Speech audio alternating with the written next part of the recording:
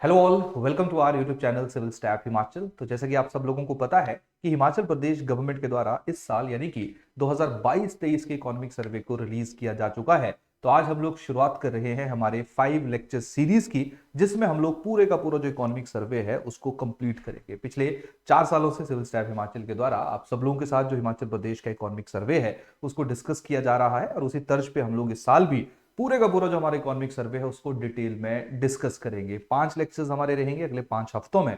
पूरे economic survey को cover किया जाएगा, कंप्लीट किया जाएगा, और उसके साथ साथ जो इंपॉर्टेंट पॉइंट्स हैं हमारे इस बार के इकोनॉमिक सर्वे के। हालांकि इस बार का जो इकोनॉमिक सर्वे है वो काफी कंसाइज है, और उसके साथ साथ काफी जो कंसेप्चुअल क्लैरिटी है वो भी हमें इकोनॉमिक सर्वे के अंदर देखने को मिल रही है। तो अगर आप खुद भी इसको पढ़ोगे तब भी आप जो है उसको इजीली अंडरस्टैंड कर लोगे। बस ये है कि आप लोगों का जो इकोनॉमी है उसका बेसिक नॉलेज आप सब लोगों के पास होना चाहिए। इकोनॉमिक सर्वे को हम लोग तभी पढ़ते हैं जब हम लोगों को इकोनॉमी आती होगी। तो अगर आप लोग बेसिक आइडिया है आप लोगों को इकोनॉमी का, तो इकोनॉमिक सर्वे आप हमारे साथ भी कर सकते हो। इसके साथ साथ जो डॉक्यूमेंट है उसको भी आप लोग डाउनलोड कर सकते हो। हिमाचल प्रदेश की जो गवर्नमेंट है, विधानसभा है, वहां पे भी है, और उसके साथ साथ जो बजट की वेबसाइट है वहां से भी आप इसको डाउनलोड कर सकते हो। क्लियर। और साथ में जो हमारे द्वारा आपको जिस्ट प्रोवाइड की जाएगी, जैसे आज हम लोग जो इकोनॉमिक सर्वे जिसमें इस बार हमें 20 चैप्टर्स देखने को मिल रहे हैं, उनमें से पहले 3 चैप्टर्स के बारे में डिटेल में डिस्कस करेंगे। तो उसकी जिस्ट, उसकी फाइल हमारा टेलीग्राम चैनल जिसका लिंक डिस्क्रिप्शन के अंदर मौजूद है, आप लोग वहां से देख सकते हो। क्लियर। और देखिए करवाया तो वैसे बहुत समय से जा रहा है इकोनॉमिक सर्वे, लेकिन पहले ऐसा हुआ करता था कि इकोनॉमिक सर्वे उतना इंपॉर्टेंट नहीं होता था। यानी कि अब अगर आप लोग 3 4 5 साल पुराने पेपर उठा के देखोगे तो वहां पे आप लोगों को इकोनॉमिक सर्वे उतना महत्वपूर्ण डॉक्यूमेंट के रूप में नहीं देखने को मिलता था। और जब मेंस एग्जामिनेशन में जीएस 1 2 3 नहीं हुआ था तो उससे पहले तो वैसे भी इंपॉर्टेंट जो है थोड़ी सी कम थी। लेकिन पिछले 2 सालों से हम लोग लगातार ये ऑब्जर्व कर रहे हैं कि अगर मैं प्रीलिम्स एग्जामिनेशन की बात करूंगा, क्लियर, जैसे अगर मैं एचएएस की बात करूं, इवन एनटी में भी हमने इकोनॉमिक सर्वे से काफी क्वेश्चंस देखे थे। तो हम लोग देखे लास्ट ईयर टोटल 7 क्वेश्चन जो हैं वो हिमाचल प्रदेश इकोनॉमिक सर्वे से पूछे गए। तो जो 7 है वो एक बड़ा नंबर है। 14 मार्क्स हैं, क्लियर। और 20 मार्क्स के सवाल जो थे वो हिमाचल प्रदेश जीके में से थे। पहले जहां हिस्ट्री हिमाचल जीके में ज्यादा डोमिनेट करती थी, अब धीरे धीरे हिस्ट्री की वेटेज कम हो रही है, और उसको इकोनॉमिक सर्वे या बजट के द्वारा जो वो रिप्लेस किया जा रहा है। उससे पिछले साल हम लोगों को 6 क्वेश्चन जो भी इकोनॉमिक सर्वे से देखने को मिले थे। तो आप लोग यहाँ से इसकी जो इंपॉर्टेंस या महत्वता है उसको अंडरस्टैंड कर सकते हो।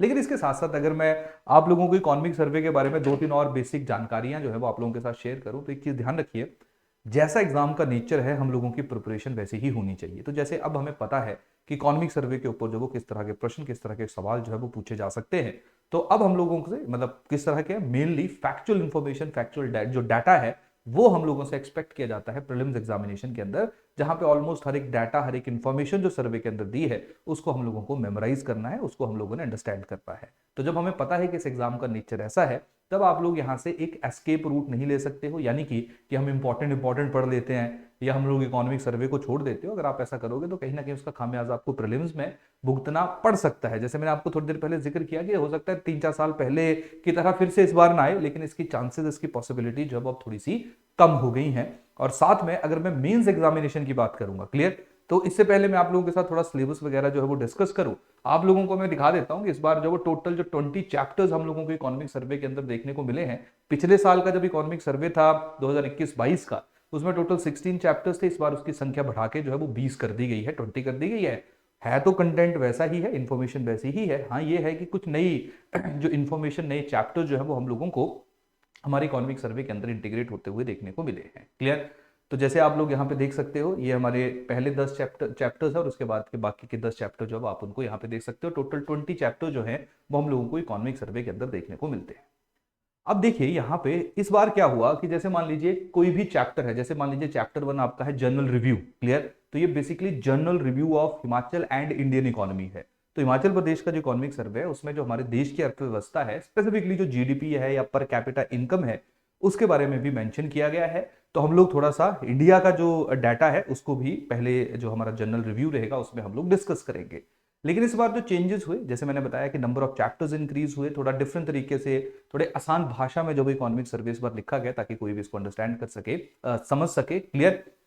तीसरी और जो महत्वपूर्ण चीज यहाँ पे क्या है कि इस बार हमेशा जैसे मान लीजिए चैप्टर 1 है, तो चैप्टर 1 से पहले हम लोगों को उस चैप्टर की जो इंपॉर्टेंट हाइलाइट्स हैं वो देखने को मिली। क्लियर। उसकी इंपॉर्टेंट हाइलाइट्स देखने को मिली हर एक चैप्टर से पहले, जो नई इंट्रोडक्शन जो है वो हम लोगों ने इस साल का जो हिमाचल प्रदेश इकोनॉमिक सर्वे है उसके अंदर देखी। लेकिन मैं आप लोगों को पर्सनल सजेशन यही दूंगा कि इन इंपॉर्टेंट हाइलाइट्स को पहले पूरे चैप्टर को रीड कर लेना, फिर उसके बाद जाके इंपॉर्टेंट हाइलाइट्स जो हैं उनको पढ़ना, तब थोड़ी सी समझ जो है वो आपको ज्यादा आएगी। क्योंकि यहाँ पे रैंडम फैक्ट्स हैं इंपॉर्टेंट हाइलाइट्स में, लेकिन अगेन वो इंपॉर्टेंट डाटा है, तो हाइलाइट्स जो है वो आप लोगों के लिए एक रेफरेंस पॉइंट रहेंगे, जिसमें जो भी डाटा जो भी इंफॉर्मेशन दी गई है वो आप लोगों ने मेमोराइज करनी है। लेकिन जैसे मैंने आपको बताया, पहले आप लोग पूरे चैप्टर को पढ़ोगे और उसके बाद जाके जो है वो आप इंपॉर्टेंट हाइलाइट्स के ऊपर फोकस करोगे। क्लियर, पहली बात। दूसरी बात जो यहाँ पे महत्वपूर्ण है वो ये है कि जब हम लोग आप लोगों के साथ इकोनॉमिक सर्वे डिस्कस करेंगे तो हम लोग यहाँ पे क्रॉस मैपिंग करेंगे। मैपिंग का मेरा मतलब क्या है कि बहुत बार देखा जाता है कि इकोनॉमिक सर्वे के अंदर जो कुछ डाटा है वो रिपीट होता है। क्लियर, रिपीट होने का मतलब, जैसे यहाँ पे मैं आपको एक एग्जांपल देता हूं कि जब आप लोग चैप्टर 1 और चैप्टर 2 को पढ़ोगे तो चैप्टर 1 में जैसे मैंने आपको बताया कि जनरल रिव्यू ऑफ इकोनॉमी है, यानी कि यहाँ पे हमारे देश की इकोनॉमी के साथ साथ जो हिमाचल प्रदेश की इकोनॉमी है उसका भी रिव्यू दिया गया है। क्लियर, उसका भी बेसिक डाटा दिया गया है। तो और जो दूसरा चैप्टर है that is state income macro economic view, तो यहाँ पे हिमाचल प्रदेश की जो जीडीपी है, पर कैपिटा इनकम है, उसका डाटा हमें देखने को मिलता है। तो कुछ डाटा ऐसा है, यानी कि 10 to 20% ऐसा डाटा है जो चैप्टर 1 के अंदर भी है और चैप्टर 2 के अंदर भी है। क्लियर, यही कारण है कि जब हम आपको जिस्ट देंगे तो यहाँ पे चैप्टर 1 और 2 को जो है वो मर्ज कर दिया जाएगा, ताकि जो रिपीटिटिवनेस और अंडरस्टैंडिंग ऑफ इकोनॉमिक सर्वे है वो आप लोगों की थोड़ी सी बेटर हो सके। क्लियर, तो आज का जो हमारा लेक्चर है वहां पे हम लोग पहले 3 चैप्टर्स यानी general review, state income Himachal Pradesh, और उसके साथ साथ जो पब्लिक फाइनेंस एंड टैक्सेशन, आसान भाषा में जो बजटरी प्रोविजंस हैं, बजट का स्टेटस है, क्या एक्सपेंडिचर है, क्या रिसीट्स हैं, इनके बारे में डिस्कस किया जाएगा। तो इस तरीके से पार्ट 1 में 3 चैप्टर्स डिस्कस होंगे, उसके बाद 4, उसके बाद 5, और इस तरीके से टोटल 5 अलग अलग लेक्चर्स के जरिए हम लोग हिमाचल प्रदेश इकोनॉमिक सर्वे जो है उसको समझने की कोशिश करेंगे। क्लियर, तो अगर आप लोग थोड़ा सा हिमाचल प्रदेश इकोनॉमिक सर्वे का एक ओवरव्यू लेना चाहते हो तो एक चीज ध्यान रखिए, जब भी हम लोग बात करते हैं किसी भी देश की या किसी भी प्रदेश की, तो उसकी आय कितनी है, उसकी इनकम कितनी है, वो एक बहुत इंपॉर्टेंट रोल प्ले करता है ये दर्शाने में कि उस राज्य की स्थिति, उस राज्य की सिचुएशन देश के अंदर या उसके साथ साथ दुनिया में जो है वो किस तरह से है। क्लियर, तो इकोनॉमिक सर्वे जो है वो बेसिकली यही डाटा, यही इंफॉर्मेशन जो वो हम लोगों को प्रोवाइड करता है कि हमारा जो इकोनॉमिक स्टेटस है वो कैसा है, कितनी इनकम हम जनरेट कर रहे हैं, जो अलग अलग सेक्टर्स हैं, सेक्टर्स का मेरा मतलब है प्राइमरी सेक्टर है, सेकेंडरी है, टर्शरी है, वहां से कितना इनकम जो वो जनरेट हो रहा है, किसका कंट्रीब्यूशन ज्यादा है, किसका कंट्रीब्यूशन कम है। और जब हम लोग मान लीजिए अलग अलग सेक्टर की, जैसे मान लीजिए प्राइमरी सेक्टर में मैं एग्रीकल्चर की बात करूंगा, तो वहां पे हिमाचल, जहां पे एग्रीकल्चर स्पेसिफिकली जो हॉर्टिकल्चर है उसका बहुत ज्यादा योगदान, बहुत ज्यादा कंट्रीब्यूशन हम लोगों को देखने को मिलता है। चाहे मैं एम्प्लॉयमेंट की बात करूं, चाहे मैं इन जनरल जीडीपी यानी कि जो हमारे प्रदेश की इनकम है उसकी बात करूं, तो अच्छा जैसे एग्रीकल्चर है तो उसके लिए अब ज्यादा इंपॉर्टेंट है हम सब लोगों के लिए, स्पेसिफिकली एग्रीकल्चर का ही एक सब पार्ट रहता है दैट इज योर हॉर्टिकल्चर। तो इसको डेवलप करने के लिए जो है हिमाचल प्रदेश सरकार के द्वारा क्या क्या प्रोग्राम रन किए गए हैं, उनका स्टेटस क्या है, यानी कि सारे की सारी जानकारी हम लोगों को इकोनॉमिक सर्वे से देखने को मिलती है। तो आप ऐसा मानिए कि जो बजट रहता है, जो कुछ समय पहले आया, बजट एक प्रोजेक्शन होती है कि हम लोग ऐसा करेंगे। इकोनॉमिक सर्वे रियल डाटा होता है कि हम ऐसा कर चुके हैं। तो अगर आप लोग किसी भी प्रदेश या देश की आर्थिक स्थिति को सही तरीके से जानना चाहते हो तो वहां पे आप लोगों को इकोनॉमिक सर्वे के बारे में प्रॉपरली पता होना चाहिए। क्लियर, तो जैसे देखिए अब मैं थोड़ा सा आप लोगों को सिलेबस के साथ भी इसको मिला देता हूं। इकोनॉमी तो पूरे का पूरा इकोनॉमिक सर्वे या इकोनॉमी का जो मैक्सिमम क्वेश्चंस है वो हम लोगों को इकोनॉमिक सर्वे से ही देखने को मिलते हैं, अगर मैं हिमाचल प्रदेश स्पेसिफिक जो क्वेश्चंस हैं उनकी बात करूं। इसके अलावा जब हम लोग मेंस एग्जामिनेशन की बात करते हैं, क्लियर, जब हम लोग मेंस एग्जामिनेशन की बात करते हैं तो मेंस एग्जामिनेशन में हम लोग देखते हैं कि जैसे इकोनॉमी, हिमाचल प्रदेश इकोनॉमी एक हिस्सा है। क्लियर, हिमाचल प्रदेश की पॉलिटी जो है वो एक हिस्सा है। क्लियर, हिमाचल प्रदेश की जो एनवायरनमेंट है वो एक पार्ट है हमारे सिलेबस का ही। क्लियर, इसके साथ साथ टूरिज्म से रिलेटेड एक स्पेशल टॉपिक जो हमें मेंस के अंदर देखने को मिलता है। तो आप लोग इस पूरे चैप्टर्स को जब आप लोग रीड करोगे तो आप एक चीज ऑब्जर्व करोगे, चाहे आप हिमाचल की इकोनॉमी की बात की जाए, इकोनॉमी में एग्रीकल्चर, इंडस्ट्री, सर्विस सेक्टर, उनका क्या स्टेटस है, टूरिज्म का क्या स्टेटस है, वो सारा इकोनॉमिक सर्वे से हमें देखने को मिलेगा। सिमिलरली पॉलिटी की अगर हम बात करें तो वैसे जो रूरल डेवलपमेंट और अर्बन डेवलपमेंट में जो पॉलिटिकल इंस्टीट्यूशंस हमारे हैं दैट इज पंचायतें एंड म्युनिसिपैलिटीज, उनकी परफॉर्मेंस से रिलेटेड डाटा भी हमें इकोनॉमिक सर्वे में देखने को मिलेगा।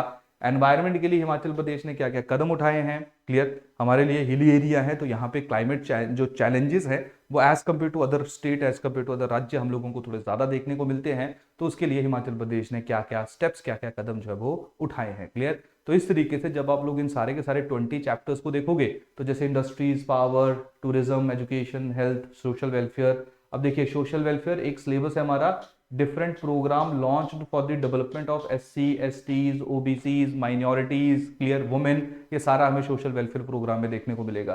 Panchayati Raj, housing and urban development, information technology, ये सारे के सारे जो है वो अलग अलग चैप्टर्स हैं जो हम लोगों को इकोनॉमिक सर्वे के अंदर देखने को मिलते हैं। इस बार एक नया चैप्टर भी ऐड किया गया है, that is scientific research and innovation, clear. तो ये इन सारे के सारा जो जानकारी हमें इकोनॉमिक सर्वे में दिया गया है, इसको हम लोग कवर करेंगे, इसको हम लोग डिस्कस करेंगे। अब थोड़ी सी चीजें आपने ध्यान रखनी है कि देखिए इसको आप सिर्फ अगर ऐसा सोचोगे कि जी हमने मेमोराइज करना है चीजों को या डाटा या फैक्ट है, तो थोड़ा मुश्किल आप लोगों को हो सकता है। आप इसको ऐसा समझिए कि हिमाचल प्रदेश एक राज्य के रूप में, एक स्टेट के रूप में कैसे काम कर रहा है, इसको आप लोग पूरे का पूरा जो भी इकोनॉमिक सर्वे की जो नजर है, इकोनॉमिक सर्वे की जो दृष्टि है उसके उससे जो है वो इसको अंडरस्टैंड करने की कोशिश करोगे, क्लियर। तो ये एक ब्रीफ सी इंट्रोडक्शन थी हमारे इकोनॉमिक सर्वे की। तो पहले 3 चैप्टर्स आज के लेक्चर में डिस्कस किए जाएंगे पार्ट 1 में, अगले संडे को बाकी के 4 चैप्टर जो है हम लोग डिस्कस करेंगे, क्लियर। तो चलिए सबसे पहले हम लोग शुरुआत करते हैं। जो हमारा चैप्टर 1 और 2 को हम लोगों ने बेसिकली जो है वो इंटीग्रेट ही किया हुआ है। तो चैप्टर 1 और 2 को समझने के लिए देखिए कुछ कंसेप्ट ऐसे होंगे, जैसे मैं ऐसा मानूंगा कि आपको बेसिक इकोनॉमी का पता है, लेकिन उसके बावजूद भी मैं कुछ कंसेप्ट जो आप लोगों को एक बार फिर से रिवाइज करवाऊंगा, ताकि जो शब्द हैं, ताकि जो वर्ड्स हैं जो इकोनॉमिक सर्वे में लिखे गए हैं, उनको समझने में जब आप लोगों को ज्यादा परेशानियों का सामना ना करना पड़े, क्लियर। तो देखिए आप सब लोगों को पता ही है कि किसी भी एक देश की जो इनकम है उसको जानने के लिए, उसको मेजर करने के लिए अलग अलग टेक्निक्स होती हैं, क्लियर, अलग अलग मेथड्स होते हैं, जिनमें जो सबसे ज्यादा एक्सेप्टेड टेक्निक है वो है GDP, that is gross domestic product. और GDP को जब कैलकुलेट किया जाता है, या GDP आसान भाषा में होपफुली आप सब लोगों को पता ही है कि किसी भी एक देश की जो टेरिटरी है उसके अंदर कितनी चीजें प्रोड्यूस हो रही हैं, उनकी फाइनल वैल्यू क्या है। फाइनल वैल्यू का मतलब है कि अल्टीमेटली जो गुड्स एंड सर्विसेज हम लोगों को with in the territory of country produce होती हुई देखने को मिल रही हैं, वो उस देश की GDP को कैलकुलेट करती हैं। जैसे मान लीजिए हमने टोटल 100 रुपए की गुड्स प्रोड्यूस की, उनकी फाइनल वैल्यू 100 रुपीज है, और सर्विसेज भी हमने 100 रुपए की प्रोड्यूस की, तो इसका मतलब है टोटल GDP जो वो आपकी कितनी आ जाएगी, 200 आ जाएगी। बिल्कुल आसान भाषा में मैं आप लोगों को समझाने की कोशिश कर रहा हूं, क्लियर। और जब हम लोग GDP की वैल्यू या GDP को कैलकुलेट करते हैं, तो GDP को 2 तरीके से कैलकुलेट किया जाता है। जैसे मैं आपको एक आसान एग्जांपल देता हूं, जैसे मान लीजिए ये पेन है, क्लियर। 2011 में इस पेन की कीमत है 100 रुपये, ठीक है जी, क्लियर। इस पेन की जो फाइनल वैल्यू है दैट इज 100 रुपीज, क्लियर। अब मान लीजिए कोई भी एक कंट्री है, उसने 2011 में सिर्फ एक ही पेन प्रोड्यूस किया, तो अगर इसने एक ही पेन प्रोड्यूस किया, इसकी फाइनल वैल्यू 100 थी, तो टोटल GDP जो है इस देश की कितनी आ जाएगी, 100 आ जाएगी। मान लीजिए सर्विस इस देश ने कोई भी प्रोड्यूस नहीं की, ओनली 1 पेन प्रोड्यूस किया, क्लियर।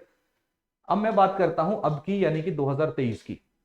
2023 में अब इतनी इन्फ्लेशन हो चुकी है, इतनी महंगाई हो चुकी है कि इसका रॉ मटेरियल, सारी प्रोडक्शन कॉस्ट भी अगर मैं इंक्लूड करूंगा, तो इसकी जो फाइनल वैल्यू है वो आज के जमाने में कितनी हो जाएगी, कम से कम 200 रुपए की हो जाएगी, क्लियर। अब मान लेते हैं 2023 में भी इस स्पेसिफिक कंट्री ने एक ही पेन प्रोड्यूस किया, क्लियर। अब एक पेन प्रोड्यूस किया, लेकिन उसकी फाइनल वैल्यू कितनी हो गई थी, महंगाई के कारण 200 हो गई थी। तो आज क्योंकि इसकी कीमत जो थी वो 200 रुपए थी, तो इस देश की जो GDP है वो कितनी हो जाएगी, 200 हो जाएगी। तो जब हम नंबर देखेंगे 2011 और 2023 में, तो 100 को दुगना हो गया, मतलब GDP डबल होगी। बट रियलिटी में अगर आप लोग देखोगे तो उस टाइम पे भी आपने एक ही पेन प्रोड्यूस किया था, आज भी आपने एक ही पेन प्रोड्यूस किया, तो क्या आप इसको रियल GDP, रियल ग्रोथ मान सकते हो, रियल इनकम मान सकते हो? नहीं मान सकते हो। ये जो इनकम आपकी है ये महंगाई के कारण हुई है, इन्फ्लेशन के कारण हुई है, क्लियर। यही कारण है जब आप लोग GDP को देखोगे कैलकुलेट होता हुआ, इकोनॉमिक सर्वे की मैं यहां पे रेफरेंस दे रहा हूं, बाकी और डिटेल में जो है वो नहीं लेके जाऊंगा, जो काम की चीजें हैं वो हम लोग पिक करेंगे। तो GDP को बेसिकली 2 तरीके से कैलकुलेट किया जाता है। एक GDP होती है जिसको हम लोग कहते हैं GDP एट करंट प्राइसेस। तो करंट प्राइसेस का मतलब क्या है कि आज चीजों की फाइनल वैल्यू कितनी है, यहां पे इन्फ्लेशन इंक्लूड होती है, तो ये बहुत ज्यादा डाटा देती है। और जैसे हमने देखा है कि पिछले कुछ सालों में महंगाई भी बढ़ी है, तो महंगाई अगर इंक्रीज होगी तो ऑब्वियस बात है जो करंट प्राइसेस पे GDP को जब कैलकुलेट किया जाएगा तो उसमें भी हम लोगों को इजाफा देखने को मिलेगा। तो जैसे करंट प्राइसेस की बात की जाए तो इसको हम लोग कहते हैं, इसका दूसरा नाम रहता है that is your nominal GDP। इसका दूसरा नाम क्या रहता है, that is your nominal GDP, clear. इसके अलावा इन्फ्लेशन को काउंटर करने के लिए क्या किया जाता है कि आज जितनी चीजें प्रोड्यूस हुई उसमें जो वैल्यू है वो आज की नहीं कंसीडर की जाती है, वो किसी एक पुराने साल की जाती है, जिसको हम लोग बोलते हैं बेस ईयर। ठीक है। तो मान लीजिए अगर 2023 में मैं बेस ईयर 2011 ले लेता हूं, तो आज मैंने एक पेन प्रोड्यूस किया तो उसकी कीमत मैं आज के अकॉर्डिंगली नहीं लूंगा। अगर आज के अकॉर्डिंगली कैलकुलेट करूंगा तो वो जीडीपी करंट प्राइस पे कैलकुलेट हो जाएगी। मैं किसके ऊपर कैलकुलेट करूंगा, 2011 में उसकी वैल्यू कितनी थी, तो 2011 में उसकी वैल्यू 100 थी। तो आज जब हमने एक पेन प्रोड्यूस किया तब भी जीडीपी 100 आई। अगर मैं एक बेस प्राइस के ईयर के ऊपर उसको कैलकुलेट करता हूं तो ये दूसरी तरह का टेक्निक है, दूसरी तरह की जीडीपी की कैलकुलेशन है, जिसको हम लोग बोलते हैं जीडीपी एट कांस्टेंट प्राइस या कांस्टेंट प्राइसेस, और इसको हम लोग रियल जीडीपी का नाम देते हैं। तो आप लोग एक चीज देखना कि कांस्टेंट प्राइसेस के ऊपर नॉर्मली जो जीडीपी है वो ज्यादा होती है as compare to current prices. हालांकि कुछ सिचुएशन ऐसी हो सकती है जहां पे रिवर्स भी हो, लेकिन हमने देखा कि पिछले कुछ सालों में हमारे यहाँ पे इन्फ्लेशन इंक्रीज हुई है। तो यही कारण देखोगे कि आप जो ग्रोथ देखोगे, जब जीडीपी एट करंट प्राइसेस आप कैलकुलेट करोगे तो ग्रोथ भी आपको ज्यादा देखने को मिलेगी as compare to constant prices. But जो रियल जीडीपी है वो बेसिकली क्या है, जहां पे इन्फ्लेशन को काउंटर कर दिया जाता है, वो बेसिकली आपकी जीडीपी एट कांस्टेंट प्राइसेस है, जिसको रियल जीडीपी के नाम से भी जाना जाता है। क्लियर।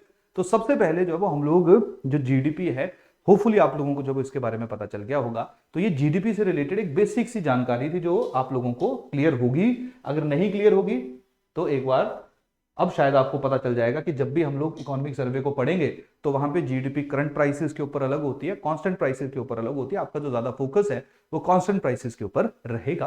पर ध्यान रखिए, क्योंकि करंट प्राइसेस भी लिखा गया है तो आप लोग इसको भी मेमोराइज करने का प्रयत्न करोगे। क्लियर। अब देखिए, जिस तरीके से जीडीपी कैलकुलेट की जाती है फॉर ए कंट्री, उसी तरीके से जब एक राज्य की टेरिटरी के अंदर कितनी गुड्स एंड सर्विसेज प्रोड्यूस हो रही हैं, उसके लिए जो कैलकुलेशन होती है उसको हम लोग बोलते हैं दैट इज जीएसडीपी। तो जीएसडीपी में एस माने state, that is gross state domestic product. तो जब भी हमारा जो सर्वे है वहां पे जीएसटीबी वर्ड यूज किया जाएगा तो इसका मतलब है कि वो हिमाचल प्रदेश की बात हो रही है। हालांकि कुछ ग्राफ ऐसे भी हैं जहां पे जीडीपी वर्ड यूज किया गया, लेकिन जब हम उसकी रेफरेंस देखेंगे तो वहां से आपको समझ आ जाएगा कि वो हिमाचल प्रदेश की ही बात हो रही है। क्लियर। तो चलिए, सबसे पहले जनरल व्यू में जैसे मैंने आपको बताया था कि सबसे पहले इंडिया और इंडिया की जीडीपी हम लोग देख लेते हैं, और उसके बाद जो है हम लोग हिमाचल प्रदेश की जीडीपी जो है उसको अंडरस्टैंड करेंगे। क्लियर। और दोनों का कंपैरिजन करेंगे कि इंडिया की ग्रोथ कितनी हुई, हिमाचल की ग्रोथ कितनी हुई, क्योंकि यही कंपैरिजन जो है वो हम लोगों को इस बार का जो इकोनॉमिक सर्वे है उसके अंदर देखने को मिला है। क्लियर। तो चलिए, तो सबसे पहले हम लोग जो वो जीडीपी एट कांस्टेंट प्राइस की बात करेंगे। क्लियर। तो ये देश की बात हो रही है, तो ध्यान रखिए आप लोगों ने दो तीन चीजें जो वो हमेशा ऑब्जर्व करनी है। सबसे पहले ये वाला फाइनेंशियल ईयर हमारा चल रहा है, दैट इज 2022-2023, जो 31 मार्च को खत्म हो जाएगा। अब जो बजट सर्वे है वो हमारा 2022-23 का है, तो अभी जब सर्वे बना तो उसमें 1-2 महीने का समय लगता है। यही कारण है कि जो डाटा हम लोगों को देखने को मिलेगा वो बेसिकली दिसंबर 2022 तक का डाटा होता है। क्लियर। 22-23 का जो डाटा जिसको बोला जाता है वो दिसंबर तक का होता है। अगले साल जब आप इकोनॉमिक सर्वे देखोगे 23-24 का, तो वहां पे इस डाटा को फिर फाइनली एडजस्ट कर दिया जाएगा। एडजस्ट का मेरा मतलब क्या है, क्योंकि तब तक ये साल खत्म हो चुका होगा, जो भी इन्होंने एडजस्टमेंट करनी होगी वो एडजस्टमेंट कर लेंगे, तो वहां पे हमें रियल पता चलेगा। क्लियर। और एग्जैक्ट पता चलेगा। अभी हमें 2022-23 के जो 3 महीने हैं इनके बारे में नहीं पता चल रहा है। यही कारण है जब आप लोग पिछले साल का बजट उठाओगे या पिछले साल का इकोनॉमिक सर्वे उठाओगे तो उसमें थोड़ा सा डाटा में वेरिएशन आपको देखने को मिलती है, क्योंकि इसकी जो एडजस्टमेंट है वो 3 महीनों की अभी नहीं होती है, वो अगले साल होगी। क्लियर। समझ आ रही कहानी की नहीं आ रही। डन। तो सबसे बड़ी बात है, पर आपने अभी जब 22-23 वर्ड यूज किया जाएगा तो जो तो इसमें सर्वे में लिखा गया है, आपने 22-23 में कितनी जीडीपी ग्रोथ हमारी हुई, क्लियर, कितनी जीडीपी ग्रोथ हमारी हुई उसके बारे में जब आप लोगों को आइडिया होना चाहिए, और कितनी परसेंटेज हमने पिछले साल के मुकाबले की। यानी कि इस साल 2022-23 का डाटा हमें देखने को मिलेगा, इससे पिछले साल यानी कि 2021-22 का डाटा हमें पता होना चाहिए, उससे पिछले साल यानी कि 2020-21 का जो डाटा है या जीडीपी है, चाहे नॉमिनल है चाहे वो हमारी रियल जीडीपी है, उन दोनों के बारे में आपको पता होना चाहिए। और नॉर्मली यही कंपैरिजन होता है कि हम देखते हैं कि इस साल के मुकाबले कितना पैसों में ग्रोथ हुई है या क्या नंबर है जीडीपी का, और कितने परसेंटेज में जो है वो हम लोगों ने ग्रोथ देखी है। क्लियर। तो ये जो 2-3 चीजें हैं जीडीपी से रिलेटेड, वो हम लोगों को नेशनल एंड स्टेट लेवल के ऊपर जो वो पता होनी चाहिए। और जैसा कि हमें पता ही है कि बीच में जो वो कोविड टाइम पीरियड भी रहा, ठीक है, तो कोविड ने जो वो बहुत ज्यादा इंपैक्ट जीडीपी के ऊपर डाला, तो थोड़ा सा हम पीछे जाके जो कोविड का टाइम पीरियड है, क्लियर, 2020-21 का, उसमें जो ग्रोथ है उसको भी अंडरस्टैंड करेंगे, उसको भी एसेस करेंगे। क्लियर। अब समझिए यहां पे कि जब हम लोग इंडिया की जीडीपी की बात करेंगे तो सबसे पहले हम लोग इंडिया की जो जीडीपी है उसको कांस्टेंट प्राइसेस के ऊपर देख लेते हैं। क्लियर। अगर आप लोग कांस्टेंट प्राइसेस के ऊपर बात करेंगे तो जैसे मैंने आपको बताया कि कांस्टेंट प्राइस में हमेशा बेस ईयर होता है, तो हमारी जो आज का बेस ईयर है वो क्या है, 2011-12 इस टाइम पे बेस ईयर हमें देखने को मिलता है, किसी जमाने में 4-5 हुआ करता था। क्लियर। अब देखिए 2022-23 यही आपने ध्यान रखना है। 2022-23 में जो जीडीपी है हमारे देश की कांस्टेंट प्राइसेस के ऊपर वो कितनी है, 157.60 लाख करोड़ रुपीस, जो पिछले साल के मुकाबले 7% जिसने ग्रोथ रजिस्टर की है। तो ये डाटा जो आप लोग मेमोराइज कर लीजिए।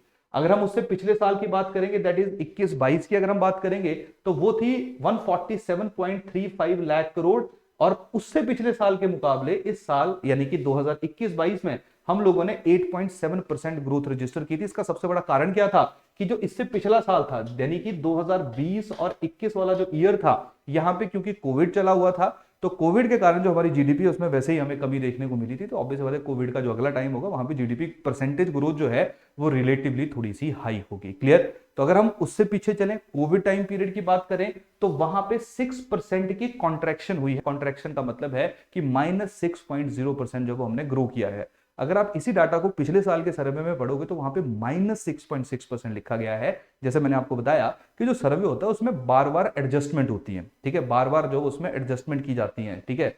जैसे जब आप ना सर्वे अभी देखना आएगा धीरे धीरे, एक जगह लिखा जाता है एई लिखा होगा एडवांस एस्टिमेट, की पहले इन्होंने एस्टिमेट ले लिया। क्लियर। कि कितना खर्चा हो सकता है या कितनी इनकम आ सकती है। एक आप यहां पे आता है that is your F R जहां लिखा होगा इसका मतलब है कि पहली बार फर्स्ट रिवाइज्ड एस्टिमेट। क्लियर। कि पहली बार इसको चेंज किया गया, फिर से एक रिकैलकुलेशन हुई और फर्स्ट रिवीजन जो है वो हमें, जैसे मान लीजिए डाटा पहले 100 बोला, तो हमने जब इसमें पहला चेंज किया हमने कहा 100 रुपया नहीं आया, 99 रुपए आए। Clear. That is first revision. कई जगहों पे आप लोग देखोगे ब्रैकेट में लिखा होगा एसआर का मतलब होगा सेकंड रिवीजन। क्लियर। तो समझिए कि डाटा जो है वो चेंज हो सकता है। तो जिन्होंने पिछले साल का भी इकोनॉमिक सर्वे पढ़ा है वो भी साल के इकोनॉमिक सर्वे को पढ़ेंगे और इसमें जो डाटा दिया गया है उसको सही मानेंगे, क्योंकि ये बार बार मल्टीपल एडजस्टमेंट के बाद हम लोगों को देखने को मिलता है। क्लियर।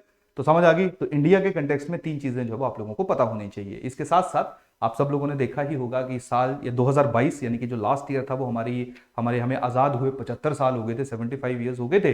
तो 75 ईयर्स में एक खुशखबरी हमारे पास सबके लिए ये है कि जो हिंदुस्तान है, जो इंडिया है, वो पूरी दुनिया का 5वां सबसे बड़ी इकोनॉमिक पावर बन गई है। उसने यूनाइटेड किंगडम को रिप्लेस किया। हालांकि आजकल हम लोग देख रहे हैं कि जो रिपोर्ट्स वगैरह आ रही हैं इनमें थोड़ा सा यूके के साथ जो वो शफलिंग हो रही है, जहां पे मार्केट क्राइसिस चले हुए हैं। लेकिन ध्यान रखिए उसको साइड करिए। इकोनॉमिक सर्वे में सीधी सीधी रेफरेंस दी गई है कि जो 75वां साल था हमारा लास्ट, क्लियर, वहां पे जो है जो 75 ईयर्स हमें आजाद हुए हो गए, तो वहां पे इंडिया की पॉजिटिव चीज क्या है कि हम लोग जो है वो पूरी दुनिया की 5वीं सबसे बड़ी इकोनॉमी बने, जिनमें यूएसए है, चाइना है, जापान है, जर्मनी और उसके बाद है इंडिया। इंडिया ने यूनाइटेड किंगडम को रिप्लेस किया। क्लियर। यहां तक सबको कहानी समझ आई। और ऐसा चांसेस है कि 2023 तक, अब देखिए यहां पे क्या लिखा है, nominal GDP of India. Clear. तो अभी थोड़ी देर पहले हम लोग डिस्कस कर रहे थे कि नॉमिनल रियल में क्या फर्क होता है, कि नॉमिनल जीडीपी ऑफ इंडिया जो है वो 3.5 ट्रिलियन डॉलर हो जाएगी। तो ये जो डाटा है साइड में हट जाता हूं, इसको भी आप सब लोगों ने याद रखना है, इसको भी आप सब लोगों ने मेमोराइज करना है। क्लियर। तो सबसे पहले इंडिया के कंटेक्स्ट में ये स्पेसिफिक इंफॉर्मेशन, स्पेसिफिक डाटा जो आप लोग देख सकते हो। क्लियर। तो अगर आप लोग जो है वो प्रॉपर इंडिया का पूरा जो अलग अलग हमारे सेक्टर होते हैं, जैसे आपको पता होगा जीडीपी के 3 इंपॉर्टेंट सेक्टर्स होते हैं, जिसमें प्राइमरी सेक्टर है एग्रीकल्चर वगैरह रहता है, सेकेंडरी सेक्टर है इंडस्ट्रीज आ जाता है, और टर्शरी सेक्टर है दैट इज जो सर्विसेज आ जाती हैं। क्लियर। तो यहां पे देखिए 2022-23 क्या लिखा है, एई का मतलब क्या है, एडवांस एस्टिमेट है। जैसे मैंने आपको बताया कि अगले साल हमें real estimate, first revision, second revision जो है उसके अगले साल हमें देखने को मिलेगी। क्लियर। तो अब समझिए कि जब हम लोग बात करेंगे कि टोटल जो ग्रोथ रेट है सेक्टर वाइज, तो वो हमने कितना कितना रजिस्टर किया। जैसे अभी हमने बात की कि 2022-23 में हमारी जो परसेंटेज ग्रोथ है वो कितनी है, 7% है। तो इसमें एग्रीकल्चर का कितना ग्रोथ है, इंडस्ट्री का कितना ग्रोथ है, यानी कि प्राइमरी सेक्टर का कितना ग्रोथ है, सेकेंडरी का कितना ग्रोथ है, टर्शरी का कितना ग्रोथ है। तो इस टाइम में आप लोग देखिए कि देखो यहाँ पे ये वाला जो आपका कलर है that is your primary sector, ठीक है, जो आपका ऑरेंज कलर है, ये जो ब्लू कलर है that is your secondary sector, ये जो ग्रीन कलर है that is your tertiary sector. तो सबसे ज्यादा पहला ऑब्जर्वेशन देखिए, डाटा से 2 चीजें होती हैं, रियल डाटा क्या है और उसकी ऑब्जर्वेशन। ऑब्जर्वेशन क्या है मेरी यहाँ पे कि सबसे ज्यादा जो ग्रोथ हम लोगों ने रजिस्टर की है वो कहां पे की है, वो हम लोगों ने टर्शरी सेक्टर में की है 9.3% की। क्लियर। दूसरे नंबर पे हम लोगों ने सेकेंडरी सेक्टर में की है 6.6% की। तीसरे नंबर पे हम लोगों ने एग्रीकल्चर यानी कि प्राइमरी सेक्टर में की है, एग्रीकल्चर और बाकी पेरिफेरीज इसमें आती है, 3.0% की। क्लियर। इससे पिछले साल की अगर हम बात करें, देखिए आप लोग ना इसको भी साथ साथ पढ़ना शुरू करिए, क्योंकि जो सर्वे है उसमें ये जो ग्राफ्स होते हैं इन्हीं को एक्सप्लेन किया जाता है। तो अगर आप इसको पढ़ना सीख लोगे तो आपको ये जो डाटा वगैरह ये रट्टा मारने की जरूरत नहीं होगी। इसी ग्राफ को 2-3 बार पढ़ो और विजुअलाइजेशन से जो वो चीजों को समझना, अंडरस्टैंड करना जो वो हम लोगों के लिए आसान रहता है। तो देखिए अब यहाँ पे देखिए इस डाटा से सबसे पहले शाबाश, अब सारे के सारे लोग आप ऑब्जर्व करो इस डाटा को। आप लोगों को ये पूरा ग्राफ दिख रहा है, इसको क्या ऑब्जर्व, मेरी ऑब्जर्वेशन क्या है कि 2021-22 में जो सेकेंडरी सेक्टर है उसकी ज्यादा कंट्रीब्यूशन है rather than tertiary sector. Clear? तो देखिए जो सेकेंडरी सेक्टर है उसकी 9.7% ग्रोथ रेट हुई है, यानी पिछले साल के मुकाबले 9.7% ज्यादा प्रोडक्शन आई है, ज्यादा वैल्यू ऐड हुई है। 9.3% जो है वो टर्शरी सेक्टर की हुई है और 7.3% जो वो किसकी हुई है, प्राइमरी सेक्टर की हुई है। अब देखो यहाँ पे बिल्डिंगें जो वो तुम्हारी नीचे चलेगी, क्योंकि ये टाइम आ गया 2020-21 का। 2020-21 का सीधा सीधा मतलब क्या है, ये वो वाला टाइम पीरियड है जहां पे कोविड था। तो अब देखिए कोविड का ऑब्वियस ही बात है सबसे ज्यादा इंपैक्ट जो पड़ा वो पड़ा तुम्हारा टर्शरी सेक्टर के ऊपर। ठीक है, इसलिए पड़ा क्योंकि यहाँ पे टूरिज्म वगैरह रिलेटेड सेक्टर जो वो बहुत ज्यादा है, और जब देश बंद हो गया तो सर्विसेज जो है वो ऑटोमेटिकली हॉल्ट पे चली गई। तो सर्विस सेक्टर को आप लोग यहाँ पे देखो कितने बुरे हाल से जो है वो गिरा हुआ है। सर्विस सेक्टर का जो ग्रोथ है वो माइनस में है, दैट इज -7.8%। क्लियर? उसके साथ साथ जो इंडस्ट्रीज हैं -3.8%। एग्रीकल्चर के ऊपर लीस्ट इंपैक्ट पड़ा, दैट इज -2.7%, क्योंकि हमने देखा एग्रीकल्चरल एक्टिविटी चलती रही और इवन दो सरकार ने कुछ समय के बाद जो इंडस्ट्रियल एक्टिविटीज थी उनको भी अलाउ कर दिया। बट प्रॉब्लम क्या थी कि देश बंद था तो गुड्स की इतनी ज्यादा डिमांड नहीं थी, जिसके कारण डिमांड नहीं होने के कारण प्रोडक्शन जो है वो ऑटोमेटिकली उसके ऊपर इंपैक्ट पड़ेगा और प्रोडक्शन के ऊपर इंपैक्ट पड़ेगा। तो अल्टीमेटली जो हमारी फाइनल वैल्यूज हैं या फाइनल गुड्स हैं उनका संख्या कम होगा और देश की जो जीडीपी है उसके ऊपर भी नेगेटिव इंपैक्ट पड़ेगा। क्लियर? तो अब देखिए यहाँ पे तो 2019, 20, 18, 19 का भी डाटा दिया गया है, लेकिन आप लोग जो है वो कोशिश करिए इन 3 साल का जो डाटा है इसको थोड़ा सा ऑब्जर्व कर लीजिए, क्योंकि बीच में कोविड रहा है और कोविड में हम लोगों ने हमारा जो इकोनॉमी है उसके ऊपर बहुत ज्यादा जो ड्रास्टिक इंपैक्ट है वो हम लोगों ने ऑब्जर्व की है। तो इसलिए डाटा को मैं थोड़ा पीछे लेके जा रहा हूँ, नहीं तो नॉर्मली हम लोग बस 2 ही साल का डाटा पढ़ते थे। टाइम चेंज हो रहा है तो आप लोग थोड़ा पीछे चले जाइए, क्योंकि यहाँ पे एक इंपॉर्टेंट हिस्टोरिकल घटना घटित हुई जिसको हम लोग कहीं ना कहीं क्राइसिस के साथ या इमरजेंसी के साथ भी रिलेट कर सकते हैं। क्लियर? चाहे वो हेल्थ इमरजेंसी ही क्यों ना हो। तो GDP at constant prices hopefully आप सब लोगों को समझ आ गया। अब हम लोग शिफ्ट करते हैं और हिमाचल प्रदेश की जो जीडीपी है उसको अंडरस्टैंड करते हैं। क्लियर? तो चलिए अब हम बात करते हैं सबसे पहले। अब देखिए ये पढ़ना बहुत जरूरी है। ये बात की जा रही है जीडीपी एट करंट प्राइसेस, क्योंकि हिमाचल प्रदेश का इकोनॉमिक सर्वे है तो यहां पे ज्यादा डिटेल में हमें जानकारी देखने को मिलेगी। तो अगर हम हिमाचल प्रदेश की 2022-23 फाइनेंशियल ईयर की जीडीपी की प्रोजेक्शन को देखेंगे तो वो कितनी है, 1,95,404 करोड़। क्लियर? 1,95,404 करोड़, जो पिछले साल के मुकाबले 10.9% जो है वो उसने ग्रोथ रजिस्टर की है, 10.9% जो वो ज्यादा है। अगर आप लोग उससे पिछले साल की बात करोगे, देखिए 2021-22 क्या लिखा है, एफआर का मतलब है फर्स्ट रिवीजन, नीचे 2020-21 एसआर का मतलब क्या है, सेकंड रिवीजन, क्योंकि अगेन रीएडजस्टमेंट जो with the passage of time होती रहती है। तो अगर हम लोग फर्स्ट रिवीजन की बात करेंगे, यानी कि अभी जो, तभी आप लोगों के लिए लास्ट सर्वे इंपॉर्टेंट नहीं है, ये वाला इसलिए इंपॉर्टेंट है। तो अगर आप लोग 2021-22 की बात करोगे करंट प्राइसेस के ऊपर, तो 1,76,269 करोड़ रुपए की जीडीपी हमारी रही है। 13.5% की ग्रोथ जो है वो हिमाचल प्रदेश ने रजिस्टर की है as compare to previous year, that is 2020-21। यहां पे हमारी 1,55,251 थी, 1,55,251 करोड़ थी। और इसका जो रीजन था वो मैंने आपको पता ही होगा अब तो, कि ये कोविड वाला टाइम पीरियड था। क्लियर? तो सबसे पहले जो करंट प्राइसेस हैं वहां पे हमने देखा कि जो हमारी जीडीपी है वो बहुत ज्यादा है। और थोड़ी देर पहले जब मैं आपको करंट और कांस्टेंट प्राइस भी बता रहा था तो मैंने आपको बताया था कि नॉर्मली जो करंट प्राइसेस होते हैं वहां पे जीडीपी ज्यादा होती है। ज्यादा क्यों होते हैं? क्योंकि आज की जो महंगाई, आज की जो इन्फ्लेशन है वो भी उसका हिस्सा बन जाती है। तो अब हम बात करते हैं रियल जीडीपी की। रियल जीडीपी की अगर हम लोग बात करेंगे, अब हम लोग बात करते हैं रियल जीडीपी की। तो रियल जीडीपी की अगर बात की जाए, जीएसडीपी एट कांस्टेंट प्राइसेस, यानी कि 2011-12 को बेस ईयर माना गया, तो देखिए 2022-23 में कम होगी। तो ये दोनों जीडीपी सही है, बस ऊपर वाली करंट प्राइस वाली है और नीचे वाली कौन सी है, कांस्टेंट प्राइसेस वाली है। क्लियर? तो 2022-23 की अगर हम बात करें, 2022-23 की अगर हम बात करें, तो वो है 1,34,576 करोड़, 1,34,576 करोड़ रुपया। अब देखिए परसेंटेज ग्रोथ ध्यान रखेंगे सारे लोग, 6.4%। करंट पे कितनी थी, 10.9%। रीजन समझ आ गया, करंट में वैसे भी ज्यादा रजिस्टर होगी ग्रोथ क्योंकि यहां पे इन्फ्लेशन आ जाती है। क्लियर? उसके बाद 2021-22, होपफुली हिंदी समझ आ रही होती, क्योंकि बहुत सारे लोग ऐसा कहते हैं जी इंग्लिश में भी बोल दीजिए। 2021-22 1,26,433 करोड़, 1,26,433 करोड़। और ग्रोथ रेट देखिए ज्यादा होगी क्योंकि कोविड से अगला ईयर था, तो कोविड के बाद वैसे भी जंप मिला हमारा जीडीपी है, that is 7.6% growth I. Clear. उससे पीछे चलेंगे 2020-21, 1,17,555 करोड़। क्लियर। और कॉन्ट्रैक्शन यानी कि जीडीपी ग्रोथ अगर हम लोग कोविड टाइम पीरियड की बात करें तो कॉन्ट्रैक्शन हमारी है 3% की। अब ध्यान रखना, यहां पे कॉन्ट्रैक्शन लिख दिया ना 3%, तो इसका मतलब है कि ये क्या है, हमारी जो जीडीपी ग्रोथ हुई वो -3.0% हुई। तो ये जो शब्द है इनके ऊपर जो आप लोगों ने फोकस करना है। क्लियर। तो सबसे पहला, और इसके ऊपर भी पिछली बार सवाल देखे थे तो इनको पढ़ लेना। क्लियर। डाटा याद रख लेना। इवन मैं तो आजकल ये कहूंगा कि 576 है, ये भी याद रख लेना, कोई भरोसा नहीं है। क्लियर। तो बस एक चीज सुन लीजिए कि देखिए, जब इतना फैक्ट्स डोमिनेट कर रहे होते हैं तो वहां पे जो सबसे इंपॉर्टेंट चीज रहती है वो यही है कि जब बहुत ज्यादा फैक्ट्स डोमिनेट करते हैं तब हम लोगों को एक लाइन खींचनी होती है कि हमें पता है कि ये पढ़ना है, लेकिन तब हमें ये कमिटमेंट करनी है कि हम इसको मल्टीपल टाइम रिवाइज करेंगे। बार बार आप पढ़ोगे तो आप इसको जब ऑप्शन में आएंगे ना तो आप इसको इजिली सॉल्व कर लोगे। क्लियर। तो प्री में डाटा आ रहा है बहुत ज्यादा, लेकिन एक पॉजिटिव चीज है कि ऑप्शंस होंगे तो ऑप्शंस में ढंग से पढ़ा होगा तो वो आप रिकॉल वहां पे बहुत इजीली कर लोगे। क्लियर। तो ये हमारे प्रदेश का डाटा है करंट एंड कांस्टेंट प्राइसेस के ऊपर। क्लियर। समझ आ गई सर लोगों को कहानी। अब चलिए एक बार हिमाचल प्रदेश की जो जीडीपी है उसको यहाँ पे आप लोग जो है वो एक बार ऑब्जर्व कर लीजिए। क्लियर। तो देखिए जीडीपी की हम बात करें, अभी थोड़ी देर पहले हम लोगों ने देखा कि करंट प्राइसेस की अगर हम बात करेंगे तो यहाँ पे 2020-21 में जो 3% हमने देखा वो -3% किस में था, -3% कांस्टेंट प्राइसेस पे था।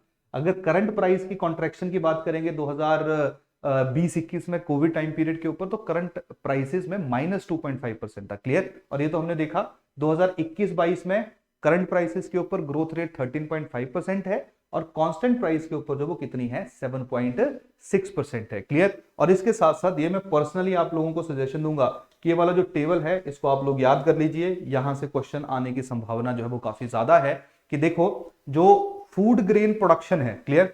अब देखिए यहां पे ना थोड़ा सा आई थिंक आप लोग इसको पढ़ भी पा रहे होंगे, पहला लिखा गया है कि एब्सोल्यूट वैल्यू कितनी है। क्लियर। कि कितनी प्रोडक्शन हुई है, ये ऊपर एब्सोल्यूट वैल्यू किसमें है, ये एब्सोल्यूट वैल्यू जो है वो करोड़ में। ठीक है, 1,55,251 करोड़।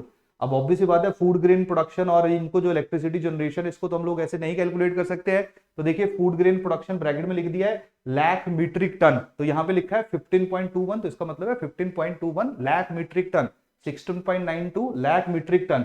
और ऊपर ये देखिए परसेंटेज, तो यहां पे देखा जाएगा कि परसेंटेज ग्रोथ पॉजिटिव में गई या नेगेटिव में गई। मतलब फूड ग्रेन प्रोडक्शन हम लोगों को 2020-21 में प्लस में जाती हुई देखने को मिली या माइनस में जाती हुई देखने को मिली। तो इस तरीके से जो आप लोग इस स्पेसिफिक जो हमारा ग्राफ दिया गया है या टेबल दिया गया है इसको आप लोग इस तरीके से पढ़ोगे। क्लियर। तो चलिए वापस आइए, तो जल्दी से सॉरी हाँ, सबसे पहले फूड ग्रेन प्रोडक्शन की बात करेंगे तो समझिएंगे फूड ग्रेन प्रोडक्शन 2020-21 यानी कि कोविड टाइम पीरियड के ऊपर थी 15.21 लाख मीट्रिक टन। 2021-22 में इंक्रीज हुई 16.92 मीट्रिक टन। क्लियर। अगर 2020-21 में हम लोग ग्रोथ की बात करेंगे जो कि हमारी 15.21 थी, तो वो पिछले साल के मुकाबले जो है वो थोड़ी सी कम थी, तो ग्रोथ रेट हमने देखी -4.6%। क्लियर।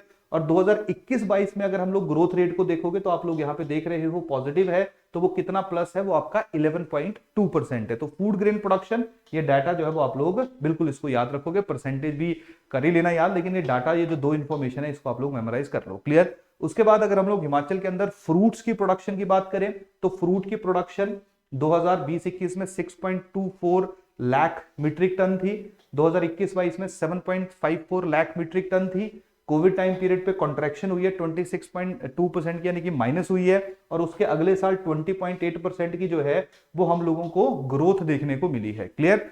लास्ट इलेक्ट्रिसिटी प्रोडक्शन की हम बात करें, जो बिलियन यूनिट की बात हो रही कि कितने यूनिट हमने प्रोड्यूस किए, तो 2020-21 में 1961 जो मिलियन यूनिट्स हैं वो 2020-21 में प्रोड्यूस किए गए।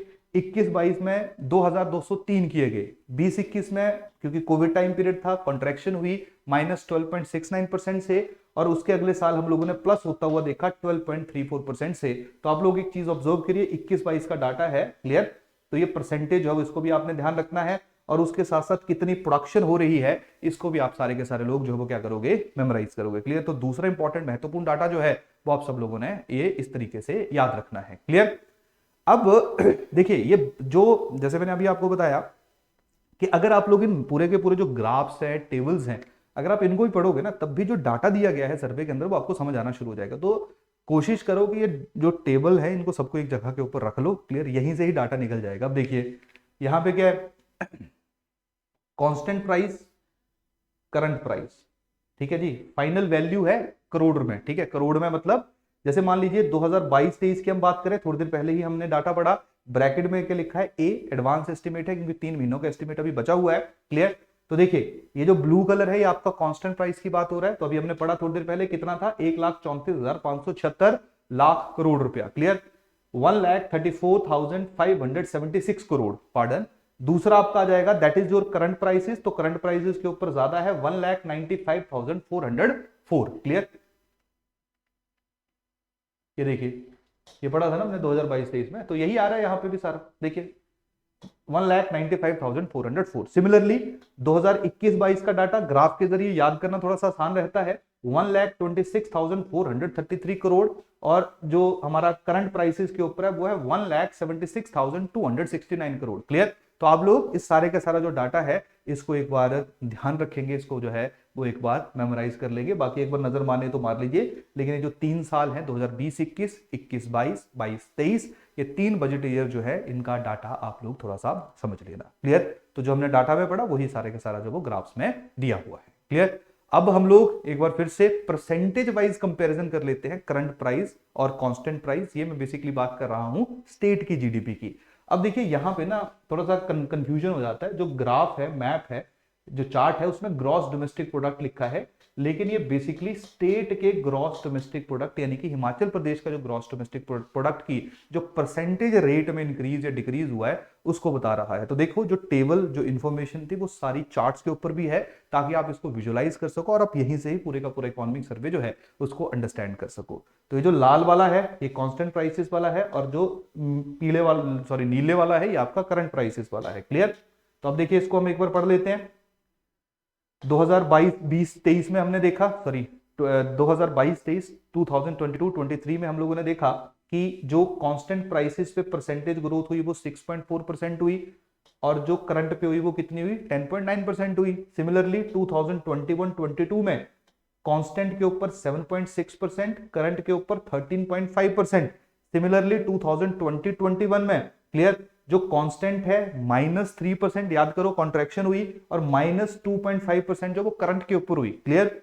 2019-20 में कांस्टेंट के ऊपर 4.1% की ग्रोथ रजिस्टर हुई, करंट प्राइस के ऊपर 7.3 हुई।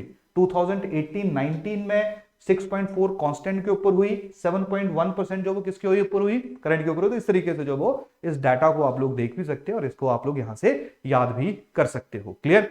तो ये चीजें आप लोगों को ध्यान रखनी है। तो अभी क्या देखा हमने, इंडिया का डाटा, हिमाचल का डाटा, और हिमाचल के डाटा को हमने ग्राफ की सहायता से समझा।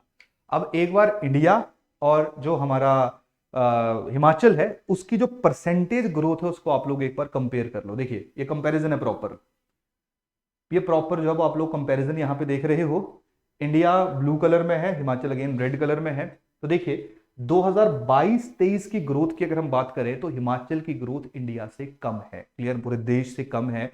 तो ये एक ऑब्जर्वेशन जो आप लोगों ने देनी है, और ये बेस प्राइस यानी कि रियल जीडीपी के ऊपर ही कंपैरिजन किया गया है, ये कांस्टेंट के ऊपर नहीं है। तो हिमाचल की परसेंटेज ग्रोथ 2022-23 में 6.4% है, लेकिन इंडिया की ग्रोथ कितनी है, 7.0%। क्लियर?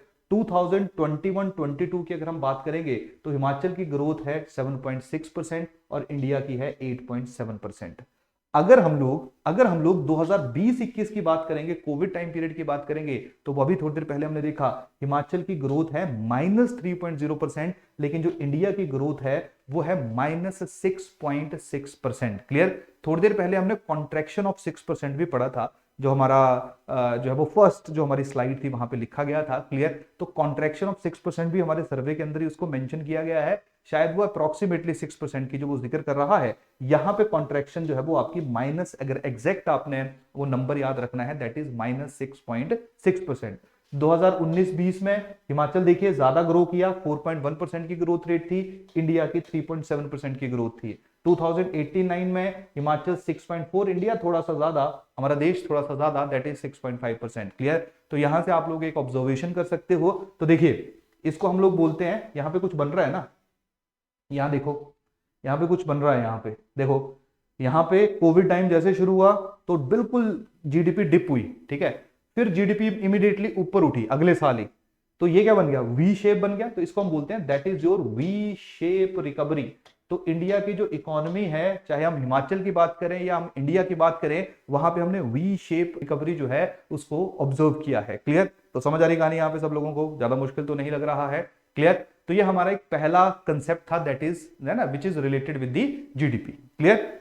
तो ये थी हमारा एक कंसेप्ट से रिलेटेड इंफॉर्मेशन जो हमें चैप्टर 1 और चैप्टर 2, जैसे मैंने आपको बताया था कि चैप्टर 1 और चैप्टर 2 को हम लोग इंटीग्रेट करके ही पढ़ रहे हैं, एक दूसरे के साथ मिला के ही उसको अंडरस्टैंड कर रहे हैं। क्लियर? तो अगर हम लोग अब बात करते हैं नेक्स्ट जो इंपॉर्टेंट कंसेप्ट है जिसके बारे में हम सब लोगों को पता भी होना चाहिए, that is your GVA. Hopefully आप में से कुछ लोगों को इसका आइडिया भी होगा। जीवीए का मतलब होता है ग्रॉस वैल्यू एडेड। क्लियर? और जीडीपी को कैलकुलेट करने के अलग अलग मेथड है, जिनमें से एक मेथड जो आपका जीवीए मेथड भी रहता है। क्लियर? तो मान लीजिए अगर आप ग्रॉस वैल्यू एडेड को कैलकुलेट करना चाहते हो तो उसमें पूरे देश की जीडीपी कितनी है, उसमें सब्सिडीज जब उनको ऐड कर दिया जाता है और जो टैक्सेस हैं उनको क्या कर दिया जाता है, माइनस कर दिया जाता है। तो इस तरीके से ग्रॉस वैल्यू एडेड जो है उसको हम लोग कैलकुलेट करते हैं। क्लियर? अब यहां पे दो तीन चीजें समझिए कि ग्रॉस वैल्यू एडेड का कंसेप्ट क्या है। अब देखो, मान लीजिए, बस आसान भाषा में समझा रहा हूं, ठीक है, टेक्निकलिटीज में जाएंगे तो थोड़ा सा डिफरेंट हो सकता है, लेकिन हमारा ऑब्जेक्टिव है एक लेमन को या आप लोगों को जो एक स्टूडेंट है उनको कैसे चीजें जो वो समझ आ सकती हैं। क्लियर? अब देखिए तो टेक्निकल चीज आ गई ना, थोड़ा सा देसी भाषा में समझा देते हैं। मानिए, मान लीजिए कि हम लोग जो हैं वो एक आइसक्रीम जो है that is the final good, ठीक है, आइसक्रीम फाइनल गुड है, जो बेसिकली जिसकी फाइनल वैल्यू जो है वो टोटल कैलकुलेट की जाएगी कि what is the final value of ice cream. Clear? That would be the GDP. ठीक है? अब देखो, अब आइसक्रीम को बनने के लिए हम लोगों को अलग अलग तरह के रॉ मटेरियल की जरूरत पड़ी होगी। तो सबसे इंपॉर्टेंट रॉ मटेरियल क्या होगा आपका, शुगर। और शुगर जो है वो भी किसी ना किसी और रॉ मटेरियल से बना होगा, that is your sugar cane. Clear? तो बेसिक बात क्या रहती है कि जब कोई प्रोडक्ट फाइनल होता है उससे पीछे जो उसकी जर्नी होती है उसमें जो उस प्रोडक्ट के अंदर वैल्यू ऐड की होती है दैट इज ग्रॉस वैल्यू। जैसे मान लीजिए शुगर केन की टोटल कीमत थी 20 रुपया, ठीक है, मान लीजिए शुगर केन की टोटल कीमत थी 20 रुपया। उसके बाद जब इसको शुगर में कन्वर्ट कर दिया गया तो जो इसकी टोटल कीमत है वो कितनी होगी, 50 रुपए होगी। यानी कि कितने रुपए की वैल्यू ऐड होगी, टोटल 30 रुपीज की जो इसमें वैल्यू ऐड होगी। क्लियर? उसके बाद ये जो आइसक्रीम बनी ये मान लीजिए 100 रुपए की बनी, हो सकता है बाकी चीजें भी इसमें इंक्लूड होंगी। ये 100 रुपए की बनी तो 50 रुपए की चीज से कोई 100 रुपए की चीज बन रही है तो इसमें हम लोग फिर से 50 रुपए की जो वैल्यू है उसको ऐड होता हुआ देखते हैं। क्लियर? तो वो चीज जो 100 रुपए की थी जिसकी फाइनल वैल्यू, उसकी जो ग्रॉस वैल्यू है वो कितनी है, 30 + 50 यानी कि 80, यानी कि 80। क्लियर? तो ग्रॉस वैल्यू में बेसिकली अलग अलग स्टेजेस में किसी एक चीज की जो वैल्यू है उसमें क्या ऐड हो रही है वो बेसिकली हम लोग ग्रॉस वैल्यू एडेड यानी कि जीवीए के नाम से जब उसको जानते हैं। अगर टेक्निकली थोड़ा सा देखा जाए तो जब जीडीपी को कैलकुलेट किया जाता है तो जीडीपी को सीधा सीधा ऐसा कैलकुलेट होता है। देखिए जीडीपी की जो कैलकुलेशन है वो इस तरीके की है कि अब इसको वहां ले जाओ ना कि GDP is equal to GVA plus taxes minus subsidies. Clear? तो जीडीपी और जीवीए, नॉर्मली जीडीपी ज्यादा भी हो सकती है कम भी हो सकती है। अब ऐसा मानिए कि टैक्सेस जो वो ज्यादा हो जाएंगे, क्लियर, टैक्सेस जो है वो अगर ज्यादा होंगे और सब्सिडी जो है उसको कम कर दिया जाएगा तो जीडीपी अगर जीवीए मेथड के थ्रू इसको कैलकुलेट किया जा रहा है तो इसमें ये जो है वो हमें इसमें इजाफा देखने को मिलेगा। टैक्सेस कम हो जाएगी, सब्सिडी ज्यादा हो जाएगी तो जीडीपी जो है वो कम हो जाएगी। क्लियर? तो बेसिकली जो है वो एक तरीका रहता है जिसके बेसिस के ऊपर हम लोग जीडीपी या जीवीए मेथड को जो है इसको यूज करते हैं। बस आप इसमें इतना याद रखिए कि जब हम लोग सेक्टर वाइज बात करते हैं, सेक्टर वाइज का मतलब क्या है, थोड़ी देर पहले मैं आप लोगों के साथ डिस्कस कर रहा था, that is your primary sector, secondary sector, tertiary sector. तो जब हम लोग सेक्टर वाइज की बात करते हैं तो जीवीए की सहायता से हर एक सेक्टर ने इकोनॉमी के अंदर कितनी वैल्यू ऐड की हम उसको भी ऑब्जर्व करते हैं। तो जीडीपी के साथ साथ जो जीवीए है वो भी हम लोगों के लिए जानना बहुत ज्यादा इंपॉर्टेंट हो जाता है, जहां से हम लोग रियल वैल्यू एडिशन को कैलकुलेट करते हैं। क्लियर? तो देखिए जब हम लोग 2020-21 की बात करेंगे तो जो हमारा एग्रीकल्चर एंड एलाइड सेक्टर है, यानी कि जो हमारा प्राइमरी सेक्टर है, उसके ऊपर सबसे कम इंपैक्ट पड़ा। उसके ऊपर सबसे कम इंपैक्ट इसलिए पड़ा क्योंकि उसने जो जीवीए रजिस्टर की वो थी 3.3% की 2020-21 में, क्लियर। और 21-22 में जो जीवीए है वो कितनी रही, उसकी 3.0% रही। और ऐसी एस्टिमेशन है 2022-23 में जो जीवीए है, यानी कि जो ग्रॉस वैल्यू एग्रीकल्चर के द्वारा ऐड किया जाएगा, वो कितना होगा, 3.5%, क्लियर। तो यहां पे जो वो समझ आ रही है सब लोगों को, कहानी की नहीं आ रही है ना। तो इस तरीके से जो है वो अब थोड़ा सा जीबीए से रिलेटेड डाटा और डिटेल में देखते हैं, वहां से आप लोगों को जो है वो और ज्यादा क्लैरिटी होगी, क्लियर।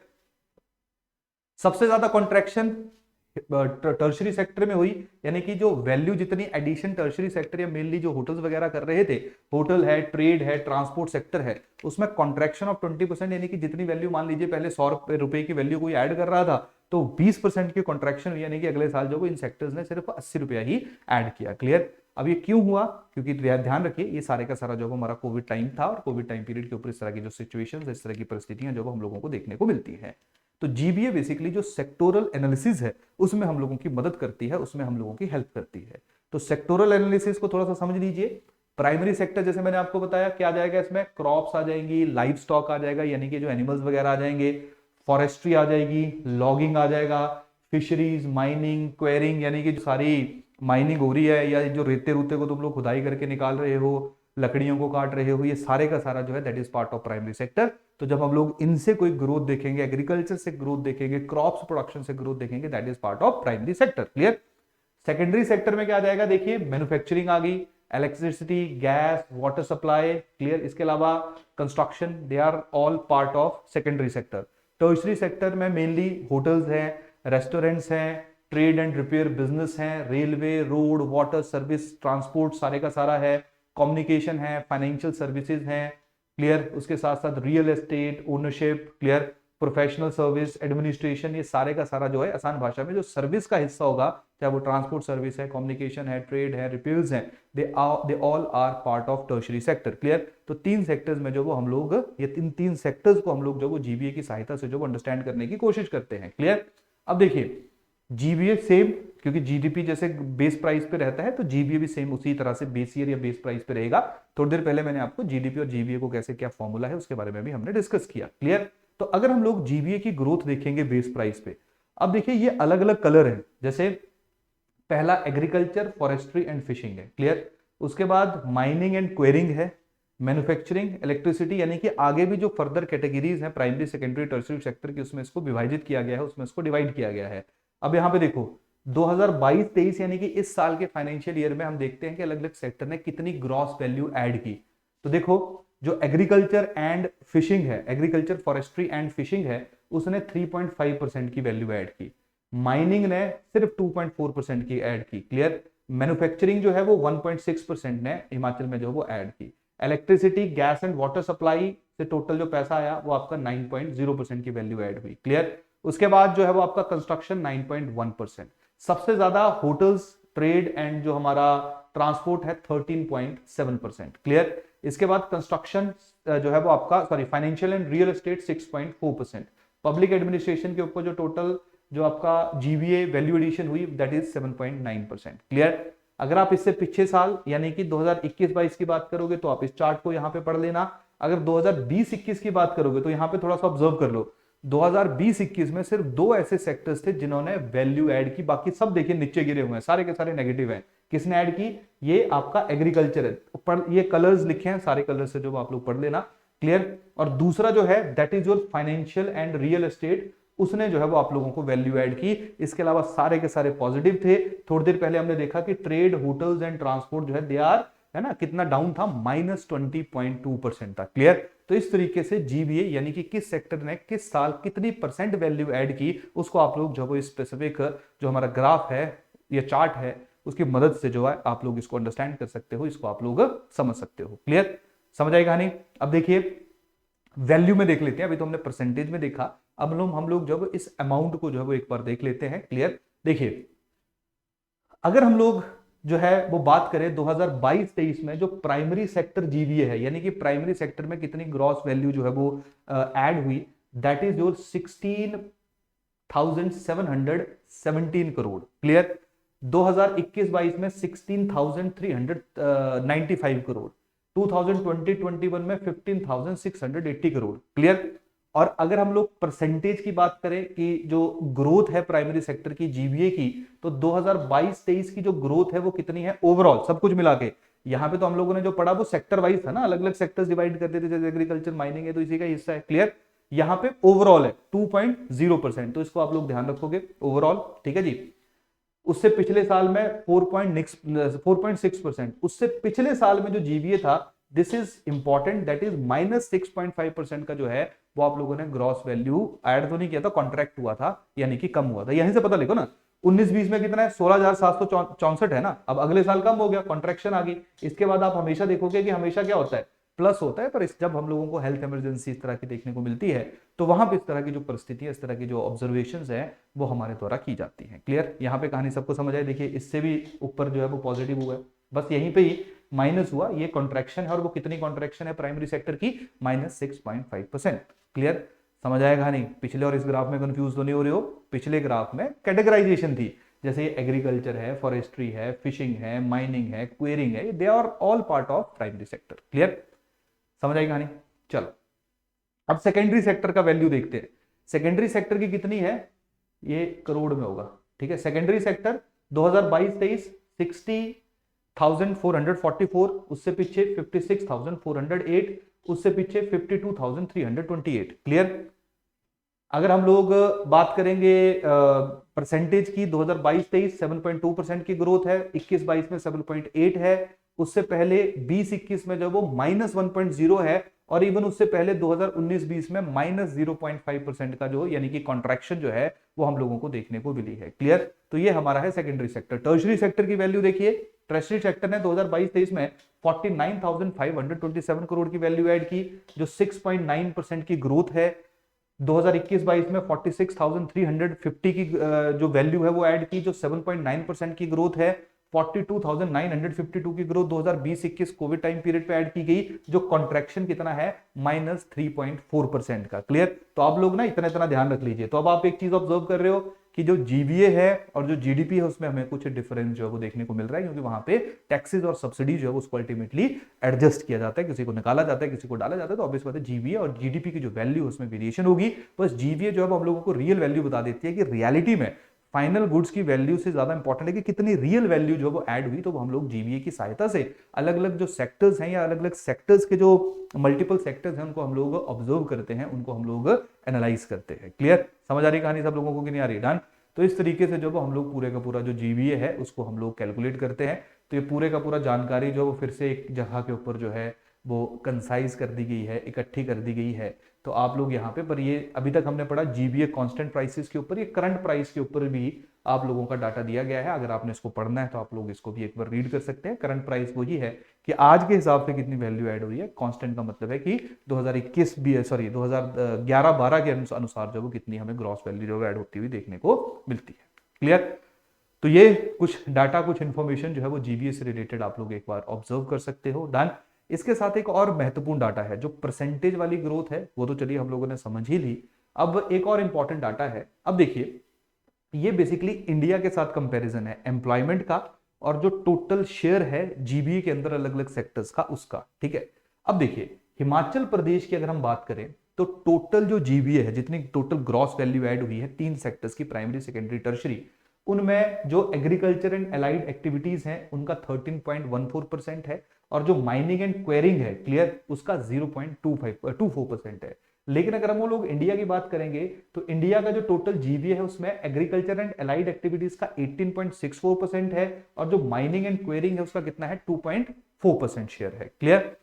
अब अगर हम एम्प्लॉयमेंट की बात करेंगे तो ये सब लोगों ने ध्यान रखना है। अगर हम लोग जो है वो एम्प्लॉयमेंट की बात करेंगे तो ये डाटा जो आप सारे के सारे लोग याद रखोगे एम्प्लॉयमेंट में। अब देखिए एग्रीकल्चर एंड अलाइड सर्विसेज से डाटा महत्वपूर्ण है, 57.03% जो टोटल एम्प्लॉयमेंट हिमाचल प्रदेश के अंदर है वो एग्रीकल्चर एंड अलाइड सर्विसेज से है, और सिर्फ 0.20% जो वो किससे है, माइनिंग एंड क्वेरिंग से है। क्लियर। इंडिया की मैं बात करूंगा तो एग्रीकल्चर पहले 50 से ज्यादा होता था, अब धीरे धीरे कम हो रहा है। ओवरऑल इंडिया में एग्रीकल्चर की जो एम्प्लॉयबिलिटी है वो कम हुई है, 40.46% है, 45.46% है, और जो इंडिया है उसकी जो माइनिंग एंड क्वेरिंग है वहां से कितनी आ रही है, 0.33%। क्लियर। तो ओवरऑल अगर हम लोग प्राइमरी सेक्टर की बात करें जी, जिसके दो ये इंपॉर्टेंट सेक्टर है, तो ये आप लोग डाटा याद रख सकते हो। ओवरऑल अगर हम लोग प्राइमरी सेक्टर की बात करेंगे तो देखिए हिमाचल प्रदेश 13.38%, इंडिया 21.045%, मतलब टोटल प्राइमरी सेक्टर का हिमाचल में 13.38% है, इंडिया में 21.05% उसका कंट्रीब्यूशन है। और एम्प्लॉयमेंट की अगर हम बात करेंगे 57.23% और 45.79% जो है वो इंडिया के अंदर, और हिमाचल प्रदेश के अंदर 57.23%। प्राइमरी सेक्टर सबसे ज्यादा एम्प्लॉयमेंट जो है वो हिमाचल में प्रदान करता है। इवन दो इंडिया के अंदर भी सबसे ज्यादा जो एम्प्लॉयमेंट है वो किसके द्वारा प्रोवाइड की जाती है, एग्रीकल्चर, या इसको मैं प्राइमरी सेक्टर बोलूं क्योंकि एग्रीकल्चर, लाइट सर्विसेज और उसके साथ साथ जो माइनिंग एंड क्वेरिंग है वो भी इसका हिस्सा माना जाता है। तो प्राइमरी सेक्टर का समझ आ गया कि कितना कंट्रीब्यूशन है, और एम्प्लॉयमेंट में कितना कंट्रीब्यूशन है, इंडिया में कितना है, हिमाचल में कितना है। क्लियर। अब अगर हम लोग सेकेंडरी सेक्टर की बात करो तो देखिए बाकी तो ये मैन्युफैक्चरिंग है, इलेक्ट्रिसिटी है, कंस्ट्रक्शन है, ये सब सेक्टर आगे। अगर हम लोग बात करें हिमाचल की, अब ये थोड़ा सा ऑब्जर्व करो, हिमाचल प्रदेश में अगर सेकेंडरी सेक्टर का टोटल जीबीए में कंट्रीब्यूशन देखा जाए 43.07% है, और अगर टर्शरी सेक्टर का कंट्रीब्यूशन देखा जाए तो 43.55% है। तो क्या समझे आप कि जो total real value, gross value add हुई है हिमाचल के अंदर, वो सबसे ज्यादा टर्शरी ने ऐड की है, सेकंड नंबर पे सेकेंडरी ने, और फर्स्ट नंबर पे जो वो किसने ऐड की है, एग्रीकल्चर ने ऐड की है। क्लियर। इंडिया लेवल पे अगर देखा जाए तो इंडिया लेवल पे भी जो सबसे ज्यादा वैल्यू है वो टर्शरी सेक्टर की है 52.66%, दूसरे नंबर पे इंडस्ट्रियल सेक्टर की है 26.29%, और तीसरे नंबर पे प्राइमरी सेक्टर की है दैट इज 21.05%। अब अगर हम लोग एम्प्लॉयमेंट की बात करेंगे तो देखिए सेकेंडरी सेक्टर से जितनी टोटल एम्प्लॉयमेंट है 19.92% जो वो इंडस्ट्री या सेकेंडरी सेक्टर से हिमाचल प्रदेश में मिल रही है, और इंडिया में 24.55% है। क्लियर। अगर टर्सरी सेक्टर से एम्प्लॉयमेंट की बात की जाए तो हिमाचल में जितनी टोटल एम्प्लॉयमेंट है 22.85% जो वो टर्सरी सेक्टर से आ रही है, और इंडिया के अंदर जो टोटल एम्प्लॉयमेंट है वो 29.66% जो वो कहां से आ रही है, टर्सरी सेक्टर से आ रही है। तो सबसे पहले तो आप लोगों का काम क्या रहेगा, ये वाला जो परसेंट यानी ये जो नीले रंग है इनको आप लोगों ने मेमोराइज करना है, और एक पैटर्न थोड़ा सा ऑब्जर्व करना है। पैटर्न क्या ऑब्जर्व करना है कि जब हम लोग सेकेंडरी की भी बात करते हैं, ठीक है, जब हम लोग सेकेंडरी की बात करते हैं तो सेकेंडरी में देखिए हमारे यहाँ पे जो ट्रेड है, होटल है, ट्रांसपोर्ट है, और उसके साथ साथ ये जो पब्लिक एडमिनिस्ट्रेशन एंड बाकी सर्विसेज हैं, यहां से ज्यादा एम्प्लॉयमेंट जो वो जनरेट हो रही है। क्लियर।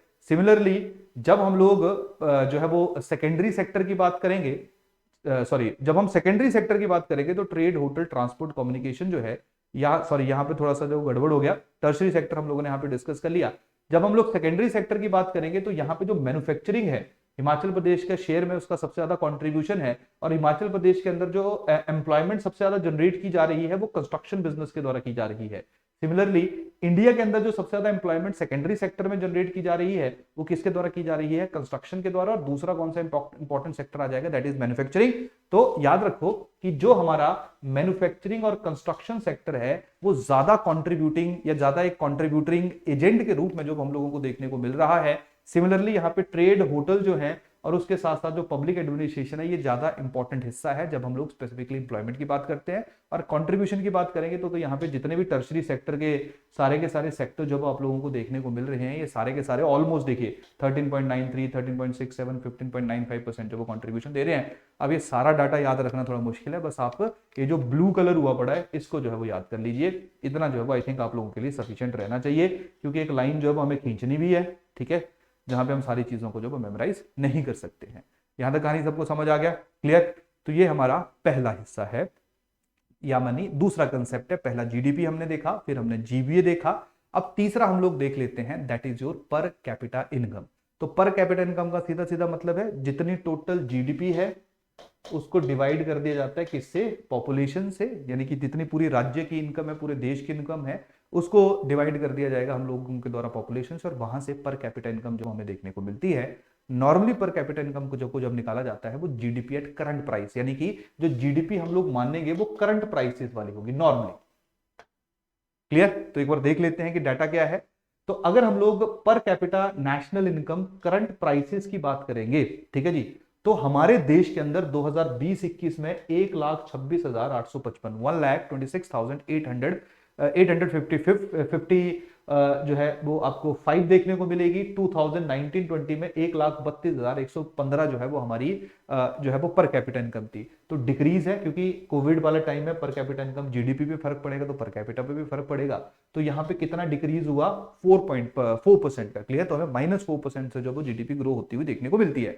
अगर हम लोग हिमाचल प्रदेश की बात करेंगे, इंडिया के बारे में यही डाटा हमारे पास है। हिमाचल की अगर हम बात करेंगे तो देखिए जो हमारा 21-22 है वहां पे 1,50,007, ठीक है, 1,50,007 रुपीज जो है वो हिमाचल की करंट प्राइसेस के ऊपर पर कैपिटा इनकम है। क्लियर। और अगर हम लोग 2022-23 की बात करेंगे तो यहाँ पे जो है वो, यहाँ पे सॉरी, ये आपका 2020-21 का डाटा है। ठीक है, ये आपका 20-21 का डाटा है ये वाला, और ये 21-22 का है, ये 22-23 का है। ठीक है, 2020-21 में 1,50,007 था जब कोविड वाला टाइम पीरियड था। उससे अगले साल जंप लिया और हिमाचल की जो पर कैपिटा इनकम है वो 2,01,271 रुपीज होगी, जो 13.1% का जंप है। और उसके बाद 2022-23 में 10.4% से बढ़ी, और अभी हमारी कितनी है, देखिए ये याद रखना आसान है ना, 5 टाइम 2 है और उसके बाद 7 है, 2,22,227 रुपीज जो है that is the per capita income. ध्यान रखना ये एनुअली होती है, महीने की नहीं होती है, एक साल की इनकम जो वो इतनी है करंट प्राइसेस के ऊपर। क्लियर। तो ये जानकारी थोड़ा सा आप लोग ध्यान रखेंगे, यहाँ पे करेक्शन कर लेना। दिस इज 2020-21 का जो वो डाटा है, ये सारे का सारा है। क्लियर, समझ आ रही है सब लोगों को कहानी। अब देखिए इससे रिलेटेड कुछ एक्स्ट्रा इन्फॉर्मेशन आप लोग ध्यान रखना। इंडिया या जो हिमाचल की, देखो क्या ऑब्जर्व हो रहा है आप लोगों को, जो हिमाचल की पर कैपिटा इनकम है वो इंडिया से हमें ज्यादा देखने को मिल रही है। लेकिन जब हम लोग ना परसेंटेज ग्रोथ की बात करते हैं, परसेंटेज ग्रोथ का मतलब क्या है कि अगर आप लोग 2011-12 में पर कैपिटा इनकम देखोगे तो हिमाचल प्रदेश की जो पर कैपिटा इनकम थी वो 87,721 थी। क्लियर, जो 2,22,227 हमें 2022-23 में देखने को मिल रही है। यानी कि जो टोटल परसेंटेज इंक्रीज हुआ वो कितना हुआ, 153% इंक्रीज हुआ ऑलमोस्ट इन 10 सालों में। क्लियर, 10-11 सालों में। अगर आप लोग इंडिया की बात करोगे तो इंडिया की जो पर कैपिटा इनकम देखिए हिमाचल से कम है, 63,462 है, और अभी इंक्रीज हो गए 2022-23 में। ठीक है, 20-21 आ गया आपका, यहां पे 2022-23 में 1,70,620 हो गई है, 1,70,620 हो गई है 2022-23 में। ये डाटा भी याद रख लेना। तो यहां पे जो परसेंटेज इंक्रीज है, क्लियर, इवन दो हिमाचल से कम है, हिमाचल की 2,22,000 इनकी 1,00,000, सॉरी इंडिया की 1,70,000 है। क्लियर, लेकिन जब हम लोग परसेंटेज ग्रोथ की बात करेंगे तो इंडिया की जो परसेंटेज ग्रोथ हुई वो 169% हुई, और हिमाचल की जो परसेंटेज ग्रोथ हुई वो 153% हुई। तो थोड़ा सा डाटा याद रखना कि पिछले 10 सालों में डिकेडल जब हम लोग पर कैपिटा इनकम की परसेंटेज ग्रोथ की बात करेंगे तो हिमाचल की परसेंटेज कम है, 153 है, इंडिया की 169 है। अगर हम इन जनरल 2022-23 में पर कैपिटा इनकम की बात करेंगे तो जो हिमाचल प्रदेश की पर कैपिटा इनकम है वो इंडिया की जो ओवरऑल पर कैपिटा इनकम है उससे काफी ज्यादा है। क्लियर, तो ये सारे का सारा जो डाटा है, ये सारे का सारा जो डाटा है वो आप सब लोगों को हिमाचल प्रदेश से संबंधित या हिमाचल प्रदेश से रिलेटेड जो है वो पता होना चाहिए। क्लियर, तो ये थी कुछ इंपॉर्टेंट जानकारी, ये सारा हम पढ़ चुके हैं। क्लियर, ये थी आप लोगों की सारी की सारी जानकारी हमारे इकोनॉमिक सर्वे से रिलेटेड। हालांकि चैप्टर 3 भी हमने कवर करना था, पर मेरे को लगता है 1 घंटे से ज़्यादा का टाइम हो गया है, तो आप लोगों के लिए इससे ज़्यादा डाइजेस्ट करना थोड़ा मुश्किल है। बट टेंशन मत लीजिए, धीरे धीरे जैसे जैसे आपकी अंडरस्टैंडिंग और ज़्यादा बेटर हो जाएगी, आप इकोनॉमिक सर्वे को थोड़ा चेरिश एंजॉय भी करना शुरू कर देंगे, तो फिर हम लोग जो है वो और थोड़ा स्पीड भी बाद में पकड़ सकते हैं। और बाद के जो टॉपिक्स हैं वो ज़्यादा इन्फॉर्मेटिव हैं, वहाँ पे समझाने वाली चीज़ थोड़ी कम है। यहाँ पे होपफुली आप लोगों को चीज़ें जो वो क्लियर हुई होंगी। तो 1 घंटे से ज़्यादा लेक्चर तो नहीं रखेंगे, क्योंकि ज़्यादा बड़ा लेक्चर होगा तो आपके लिए जो है वो थोड़ा प्रॉब्लमेटिक रहेगा। तो चलिए आज का जो सेशन है उसको हम यहीं खत्म कर देते हैं। अगले चैप्टर को जो है वो उसको हम लोग नेक्स्ट लेक्चर में कवर करेंगे, डिस्कस करेंगे। क्लियर, तो चलिए इसी के साथ मिलते हैं अगले हफ्ते, तब तक के लिए बहुत बहुत धन्यवाद।